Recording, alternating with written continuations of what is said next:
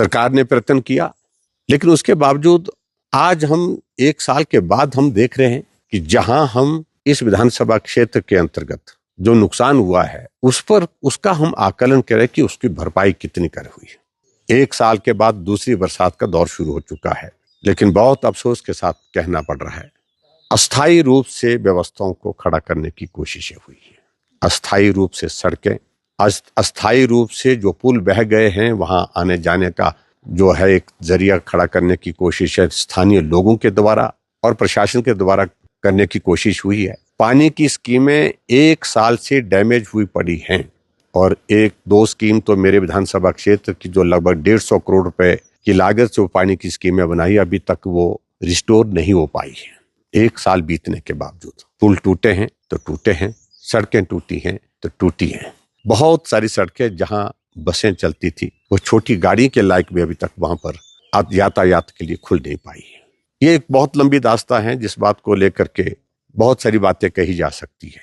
सरकार की ओर से बातें तो बहुत हुई, लेकिन उस पीड़ा को जिन लोगों ने सहा है, जिन लोगों ने उस पीड़ा को झेला है, उनको अभी तक भी वो मदद के रूप में जो चीजें कही गई थी उस रूप में नहीं मिल पाई है।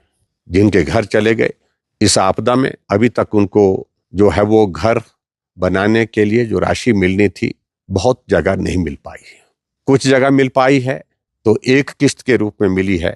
अभी अस्थाई व्यवस्था के अंतर्गत वो अपना जीवन यापन कर रहे हैं, अस्थाई जगह रह रहे हैं, रिश्तेदार के घर में रह रहे हैं, कहीं दूसरी जगह रह रहे हैं। लेकिन मुझे इस बात को लेकर के ये जरूर कहना है कि इलाके के लोगों ने बहुत हिम्मत के साथ काम किया, आगे बढ़े, अपने पांव पर खड़ा होने के लिए प्रयत्न किया और आज जैसे कैसे भी दौर कठिनाई का है, मुश्किल का है, लेकिन फिर भी उसके बावजूद हम चलने की स्थिति में, आगे बढ़ने की स्थिति में हो पाए। और सबसे बड़ी बात, यहाँ की स्थानीय जनता ने बहुत बड़ी हिम्मत रखी है। इस पूरी आपदा के दौरान अगर हम देखें घरों की संख्या कितनी बह करके चले गई, कितने लोग बेघर हो गए, वो गिनती अलग से है। कितने लोगों की जमीन चले गई वो अलग से है। और 33 लोग तो कुल मिलाकर के जिनकी जिंदगी चले गई वो अलग से है। और उसके अलावा बहुत सारे लोगों के पशुशाला बह करके चले गए, सारी संपत्ति, सारी जीवन भर की कमाई बह करके चले गई, वो अलग है। लेकिन सारी चीजों में मैं यही कहना चाहूंगा कि मेरे विधानसभा क्षेत्र के लोगों ने हिम्मत करके आगे बढ़ने का फैसला किया। मदद जिस रूप में जहां से मिल पाई थोड़े वक्त के लिए, उस मदद से जिंदगी तो काटी नहीं जा सकती थी, लेकिन उसके बावजूद एक शुरुआत की जिंदगी को फिर से शुरू करने की। और आज मुझे इस बात को लेकर के संतोष है कि हिम्मत और हौसले की वजह से मेरे क्षेत्र की जनता ने अपने पांव पर खड़ा होने की कोशिश की है। काश सरकार भी उस पीड़ा को समझती, काश सरकार भी मदद करने के लिए यहाँ पर जो नुकसान हुआ है जो आपदा के कारण, उसकी भरपाई करने के लिए आगे आती। काश सरकार आकर के उन मलबे के ढेरों को देखती जो आज भी गवाह बने हैं उस आपदा के। 1 साल बीत गया, दूसरी साल की बरसात शुरू हो चुकी है और बरसात शुरू होने के साथ साथ पे आज भी हम सब लोग सहमे हुए हैं, सब लोग यहाँ पर डरे हुए हैं कि कहीं अब की बार बारिश वैसी आ गई, ये जो मलबे के ढेर हैं ये कितने घरों को बहा करके ले जाएंगे।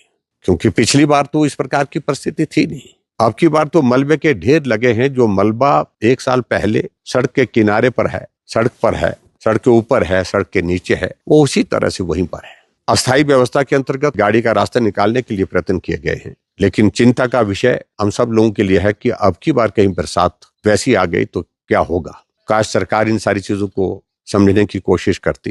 किसी क्षेत्र में इस प्रकार के हालात जो पैदा हुए हैं, ऐसा लग रहा है कि प्रदेश सरकार ने यहाँ लोगों को अपने हाल पर छोड़ दिया है, उनके हाल पर ही छोड़ दिया है। ये सचमुच में बहुत पीड़ा का विषय है, लेकिन हम सब लोग आपके इस पीड़ा के साथ हैं, यहाँ की जनता के साथ हैं और इस संकट के दौर में से हम आगे बढ़े हैं, निकले हैं, बाहर निकले हैं। कोशिश करेंगे आने वाले समय में फिर से जो है अपने पांव पर खड़ा हो करके आगे बढ़ने का प्रयत्न करेंगे। यही मैं कहना चाहता हूं। मेरी संवेदनाएं हैं उन परिवारजनों के साथ जिन्होंने अपने परिवार के सदस्य खोए हैं। 33 लोगों की जिंदगी जिनकी इस विधानसभा क्षेत्र में गई है और 22 लोग तो आज से 1 साल पहले एक रात को गए।